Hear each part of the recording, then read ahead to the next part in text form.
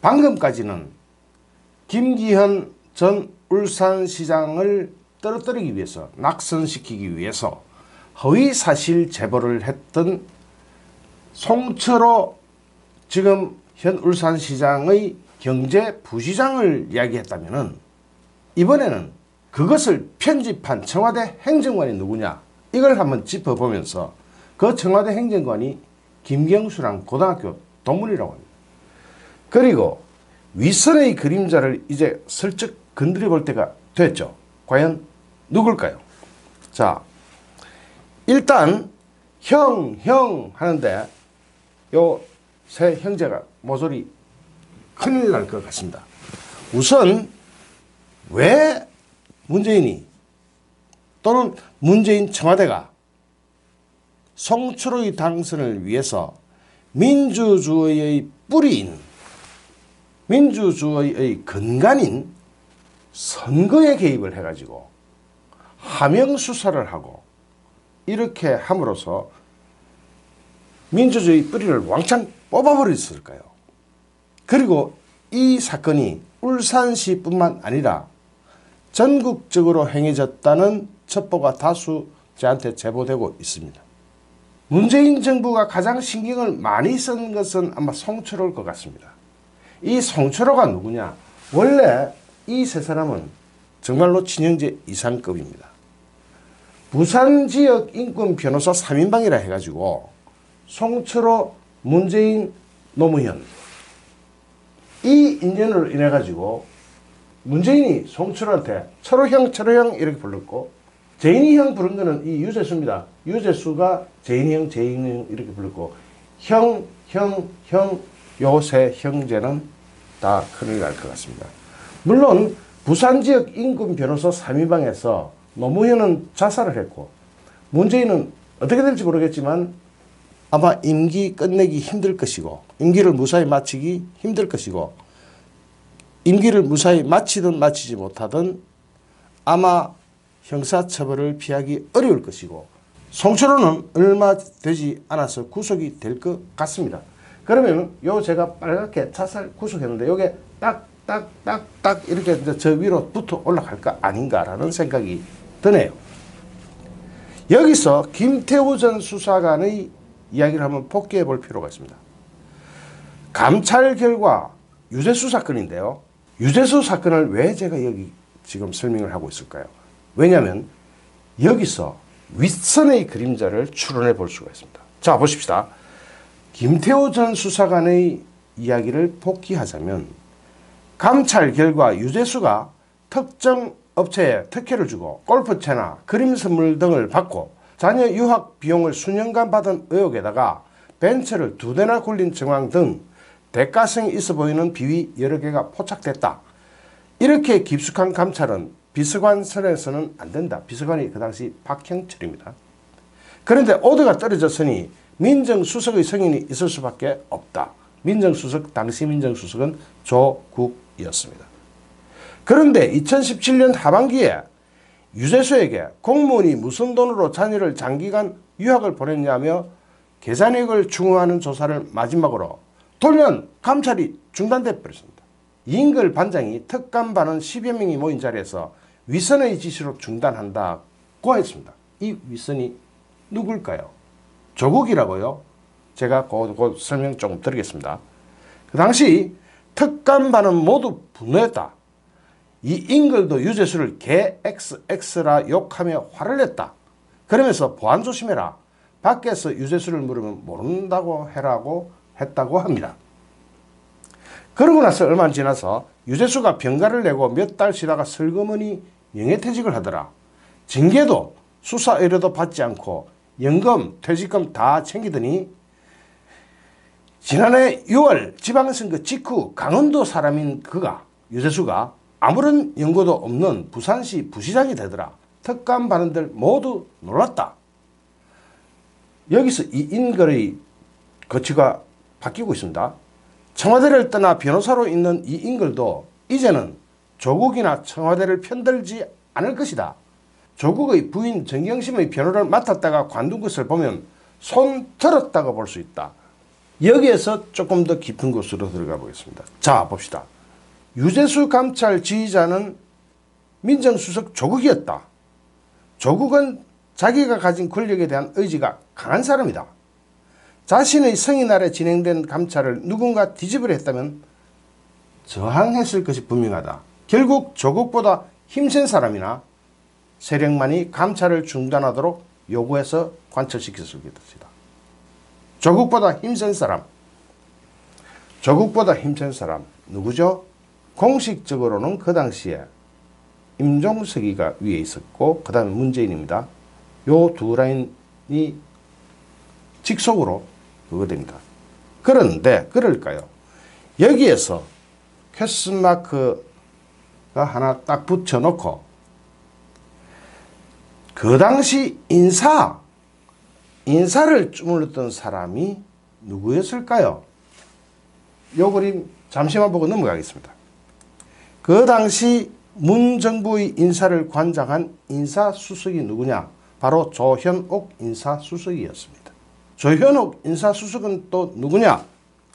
이 사진 자세히 보이는지 모르겠습니다. 저 사진 누가 찍었는지 기가 막힌 겁니다. 정숙입니다.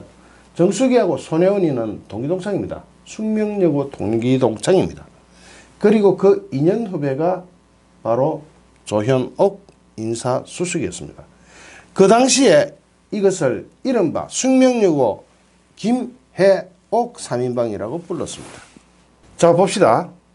김정숙과 손혜원이는 숙명여고 동기동창이고 조현옥 인사수석은 2년 후배다. 그러면 그 당시 이런 인사를 주물러 댈 수 있는 사람은 요 라인일 가능성도 높고 아니면 임종석이거나 문재인이 직접 지시했을 수가 있다는 추론이 가능합니다. 당시 이 조현옥 인사수석은 정수기의 직통 라인으로 많이들 알려져 있었습니다. 2년 후배고 정말로 신뢰할 수 있다 이렇게 판단했겠죠. 그런데 만약 이 라인이 아니고 문재인이 직접 연루됐을 가능성 또한 배제할 수 없습니다. 왜냐? 그 추론은 이걸 또 봐야 됩니다. 문재인이가 직접 철호형 부르던 사람이 송철호였다. 그 점을 볼 때는 문재인이가 직접 오다 했을 가능성도 농후하다. 자, 요 정도 짚어보고 넘어가겠습니다. 어디로 넘어가느냐? 청와대가 어제 4일 송병기 울산시 경제부시장의 최초 제보를 받아서 요약 편집했다고 밝힌 민정수석실 행정관은 김경수 경남지사의 고등학교 동문인 문모 행정관인 것으로 알려졌습니다.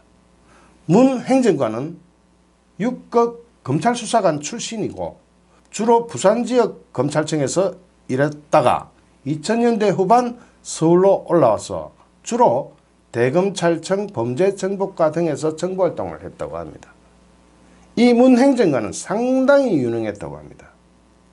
그래서 이명박 정부, 박근혜 정부, 문재인 정부까지 주르륵 청와대에서 들어왔다 나갔다 하면서 근무할 수 있었다고 합니다. 문 행정관은 이번 하명수사 의혹과 관련해서 송 부시장으로부터 김기현 전 울산시장 비위 의혹이 다 허위사실이죠. 결국은 검찰로부터 무혐의 처분을 받았습니다. 그래서 허위사실입니다. 이 허위사실을 전달받아서 첩보 형식으로 편집한 것으로 알려졌다. 이렇게 나옵니다. 청와대는 이날 문 행정관이 작성한 이첩 문건에 대해서 단순 정리 외에 추가 내용을 덧붙인 것은 없다고 했습니다. 그러면은 제가 좀 이따가 도표를 다 만들어 놨습니다. 도표를 보면서 이야기할 텐데, 그러나 법조계에서는 검찰에서 잔뼈가 굵은 문 행정관이 법리 검토까지 살을 붙인 것 아니냐는 의혹이 제기되고 있습니다. 자, 지금 현재의 그림은 이렇습니다. 문재인은 백운우를 절대적으로 신임했다는 것은 다 알려진 사실이고 제가 종전 방송에서 설명한 바와 같습니다. 송철호는 문재인이가 철호형 이렇게 부르는 사이이고 송병기는 송철호의 최측근이고 울산시장에 부정당선되자마자 경제부시장을 시켰던 그 정도로 최측근 중에 최측근이었습니다. 그 송병기가 지금 배신을 때리고 있는 거죠. 그리고 백운우가 특감반을 시켜서 특감반의 별동대를 시켜서 황운하 당시 울산경찰청장에 하명수사 오다를 내렸고, 황운하는 당시 수사팀을 교체하면서까지 무리하게 이것을 갖다가 밀어붙이게 됩니다. 그러면 청와대 백운우 당시 민정비서관은 이 그림이 지금까지 백운우가 받아서 한 것으로 알려졌다 이 말이죠. 그런데 방금 제가 올린 영상을 보시다시피 송병기는 오히려 위에서 지시가 와서 또는 위에서 정보를 달라고 해서 그냥 줬다라고 이야기를 했습니다. 그러면은 문재인이 직접 하지는 않았을 테고, 문재인이 이렇게 절대적으로 신임하는 백운우나 또는 제3자가 여기다가 오다를 거꾸로 준 거죠. 방금까지의 그림, 여기서 일로 가는 것이 이렇게 바뀌는 겁니다. 하나하나 재밌어지고 있죠. 그래서 이것이 하명수사가 되는 거죠. 이렇게 정보를 내놔라 하고 여기다 지시를 했고, 지시나 협조처는 실제로는 이렇게 되겠죠. 송철호한테 했거나 아니면 송병기에게 했거나. 송병기는 정부에서 자료 요청이 왔다라고 이야기하고 있거든요. 그렇다면은 이렇게 자료 요청을 했고, 백운우는 자료 요청을 한 걸 가지고 다시 재강화를 해서 특감반, 특기 특감반의 별동대를 시켜서 울산까지 보내서 당시 황운하 울산경찰청장을 시켜서, 지금까지는 아직 이 부분은 검찰 수사를 통해서 더 밝혀져야 되는 부분입니다. 시켜서 또는 시킨 것으로 추론할 때 이 하명수사는 100% 완벽하게 청와대 혼자의 작품이다. 이런 결론이 내려집니다. 그렇다면 청와대는 왜 하명수사까지 하면서, 하명수사가 뭡니까? 청와대가 끝발로 이거 수사해라 하고 명령을 하는 듯한 그런 수사죠.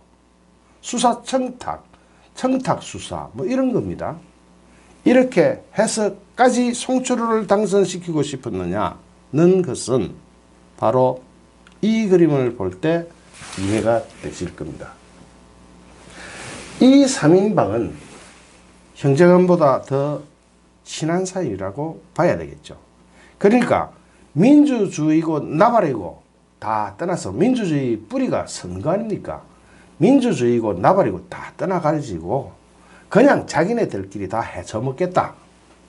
그러면 이 사람들이 촛불이니 민주주의니 하고 떠들어 왔던 것은 하나의 수단이었을 뿐이고, 결국 이 나라를 비위, 부패, 부정공화국으로 만드는 그런 팀들이었습니다. 그리고 이 사건이 울산시 뿐이었느냐? 아닐 가능성이 훨씬 더 높다는 것이 이제 드러난 셈입니다. 청와대가 이런 식으로 민주주의 뿌리를 잡고 흔들어버린 것은 대한민국을 이승만 시대 이전으로 되돌려버리는 겁니다. 민주주의 뿌리인 선거를 조작하는 것, 권력으로 조작하는 것, 이거는 이승만 시대 때의 일이었습니다. 결국 이기붕은 권총으로 자기 머리를 쏘았습니다. 이승만 시대 때 이승만 대통령 자신은 이 부정에 연루된 바가 없었습니다.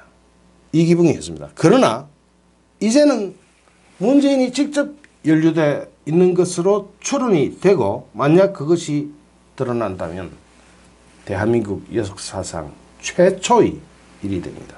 왜냐? 문재인 자신도 드루킹 김경수의 여론 조작으로 당선된 가짜 대통령입니다. 그렇게 볼 때 자신이 민주주의 뿌리인 선거를 부정하게 다루었고, 그렇게 해서 대통령까지 해먹게 되었고, 그러다 보니까 민주주의 뿌리이고 근간인 선거 알기를 동네 강아지보다 못하게 알게 된 그런 습성이 몸에 배었고, 어쩌면 종북권이나 사회주의, 공산주의식 사고방식으로 볼 때 선거는 국민을 속이는 일종의 수단으로 여긴 것 아닌가 하는 그런 생각까지 드는 처참한 대한민국의 상황입니다. 좋아요, 구독하기, 공유하기는 저에게 큰 힘이 됩니다. 감사합니다.